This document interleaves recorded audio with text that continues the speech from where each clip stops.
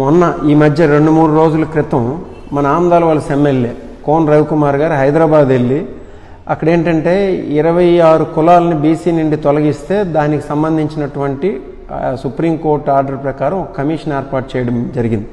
ఆ కమిషన్ ముందు అటెండ్ అయ్యాడు. అటెండ్ అయ్యి బయటకు వచ్చిన తర్వాత ఈయన మాటలు కానీ ఒకసారి విన్నట్టయితే మొత్తం ఏదో ఈ 10 సంవత్సరాలు బట్టి ఆ 26 వెనుకబడిన తరగతుల కోసం ఆయనే పెద్ద కృషి చేసేస్తున్నట్టు, ఈ పోరాటం అంతా ఆయనే జరిపించేస్తున్నట్టు ఎన్ని మాటలంటే అన్ని మాటలు ప్రగల్భాలు పలికాడు. దాన్ని బట్టి మనకు అర్థమవుతుంది ఆయన ఎందుకు, ఆయన కార్యకర్తలే ఆయన్ని ఇప్పుడు డబల్ డమా బూస్ అని అంటున్నారు. ఎందుకు డబల్ డమా బూస్ అంటున్నారు అనేది ఒక్కసారి మనం చూడాలి. ఎందుకనంటే ఈ 10 సంవత్సరాలు ఈ 26 కులాల తాలూకు జేఏసీ పడుతున్నటువంటి పాటలు, అందులో రకరకాల రాజకీయ నాయకులు ప్రభుత్వాల తాలూకు పాత్ర ఏంటి ఒక్కసారి మనం చూద్దాం. అసలు 2014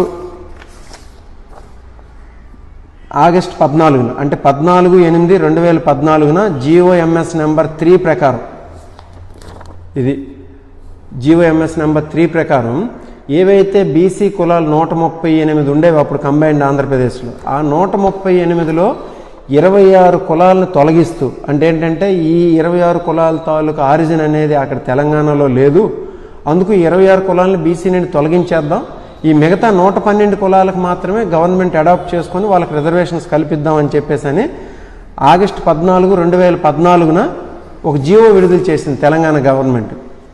ఆ జీవో ప్రకారం 26 కులాలకి రిజర్వేషన్లు అనేవి పోయాయి. మన స్టేట్లో ఉండే 26 కులాలు, ఆ 26 కులాలు ఏంటని కూడా చెప్తాను.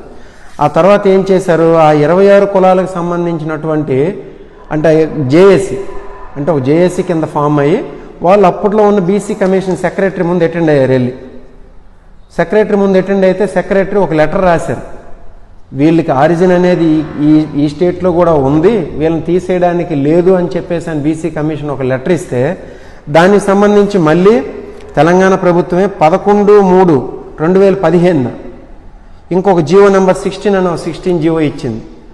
దీని ప్రకారం ఏంటంటే ఇంకో 13 కులాలని ఇందులో చేర్చుకుంటూ వాళ్ళకి రిజర్వేషన్లు కల్పించమని చెప్పేసి ఒక జీవో ఇచ్చింది. ఆ జీవోని ఇప్పుడు వరకు కూడా ఇంప్లిమెంట్ చేయలేదు. ఏంటంటే గవర్నమెంట్ ఇచ్చిన జీవోని ఇప్పుడు వరకు ఇంప్లిమెంట్ చేయలేదు. యాక్చువల్గా అయితే ఆ తీసేసిన 26 కులాలు కూడా ఏంటంటే చూద్దాం. ఇప్పుడు మనం మ్యాక్సిమం 26 కులాల్లో మన జిల్లాలో ఉండే కులాలు నేను చెప్తాను. నేను కళింగ ఒకటి, కోరాకుల ఒకటి, పొందర, సామంతుల, అలాగే గుడియ, నెక్స్ట్ కండ్ర, కొప్పల వెలమ, పోలినాటి వెలమ, నాగవంశం, తూర్పు కాపు, అరవ, ఇవి మేజర్గా మన జిల్లాలో ఉండే కులాలు. వీటితో పాటు మిగతా కులాలు కలిపి 26 కులాలని తీశారనమాట. తీసిన తర్వాత వీటిలో కొన్ని కులాలకు మళ్ళీ తిరిగి చేర్చుకోమని చెప్పేసి జీవో నెంబర్ 16 అనేది ఇవ్వడం జరిగింది. కానీ ఇప్పుడు వరకు దాన్ని ఇంప్లిమెంట్ చేయలేదు. తర్వాత వాళ్ళు ఒక జేఏసీ కింద ఫామ్ అయ్యి 26 కులాల తాలూకా ప్రతినిధులు కూడా జేఏసీ కింద ఫామ్ అయ్యి ఇక్కడి నుండి వెళ్ళి అక్కడ ఏదో పొట్టకూటు కోసం అక్కడికి వెళ్ళి బతుకుతున్నటువంటి కులాలు వీళ్ళకి రిజర్వేషన్స్ తీయించడంతో ఇక్కడ ఎవరు పట్టించుకోకపోవడంతో అక్కడికి వెళ్ళి వాళ్ళే ఒక జేఏసీ కింద ఏర్పడి హైకోర్టులోన ఆ తర్వాత సుప్రీంకోర్టులోన పిటిషన్లు వేసి పోరాడుతున్నారు గత 10 సంవత్సరాల నుండి. సుప్రీంకోర్టులో పోరాడుతున్నప్పుడు సుప్రీంకోర్టు ఈ మధ్యనే ఒక డైరెక్షన్ ఇచ్చింది.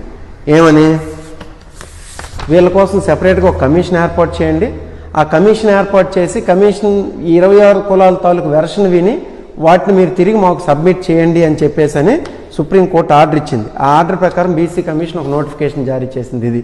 ఇందులో 7-8 పాయింట్లు కానీ చూసినట్టయితే క్లియర్గా అర్థమవుతుంది సుప్రీంకోర్టు డైరెక్షన్ ఉంది. ఆ సుప్రీంకోర్టు డైరెక్షన్ ప్రకారమే మొన్న ఈ మధ్యన ఒక 3-4 డేస్ బ్యాక్ హైదరాబాద్లో కమిషన్ అనేది బీసీ కమిషన్ అనేది ఒక రకరకాల కులాలు, ఈ 26 కులాల్లో ఒక్కొక్క కులాన్ని పిలిచి వాళ్ళ తాలూకు వెర్షన్స్ తీసుకొని దాన్ని సుప్రీంకోర్టుకు సబ్మిట్ చేయాలని చెప్పేసి ఇప్పుడు ఎందుకు ఈ కేసు అనేది సుప్రీంకోర్టులో ఒక మెచ్యూరిటీ స్టేజ్కి వచ్చింది ఫైనల్ డెసిషన్కి. ఇది పాజిటివ్గా రావడానికి అన్ని అవకాశాలు కూడా ఉన్నాయి. ఎందుకు, గత 10 సంవత్సరాలు బట్టి వాళ్ళు చేస్తున్న పోరాటం.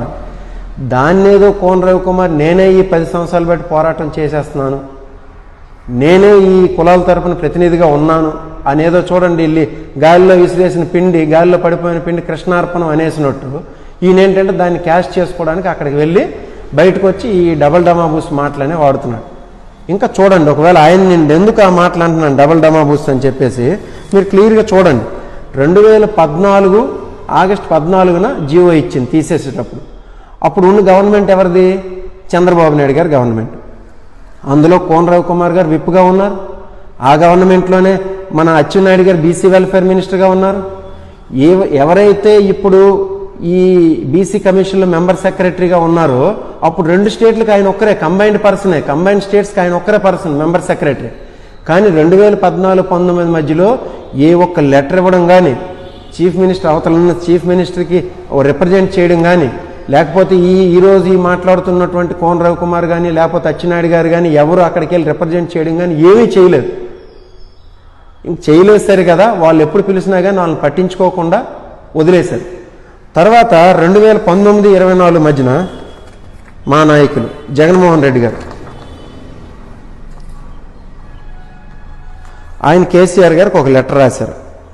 ఇదిగోండి, ఇది ఈ 26 కులాలకు అన్యాయం జరుగుతుంది, ఇది వీళ్ళకి రిజర్వేషన్లు ఇవ్వండి, వీళ్ళకి క్యాస్ట్ సర్టిఫికేట్స్ మంజూరు చేయండి, వీళ్ళందరూ కంబైన్డ్ స్టేట్స్లో ఉన్నవాళ్ళు అని వీళ్ళు 2 స్టేట్స్లో కూడా వీళ్ళ తాలూకు మూలాలు ఉన్నాయి, వీళ్ళకి అన్ని విధాలా ఆదుకోండి అని చెప్పేసి కేసీఆర్ గారికి రాసిన లెటర్, జగన్మోహన్ రెడ్డి గారు రాసిన లెటర్ ఇది చూడండి.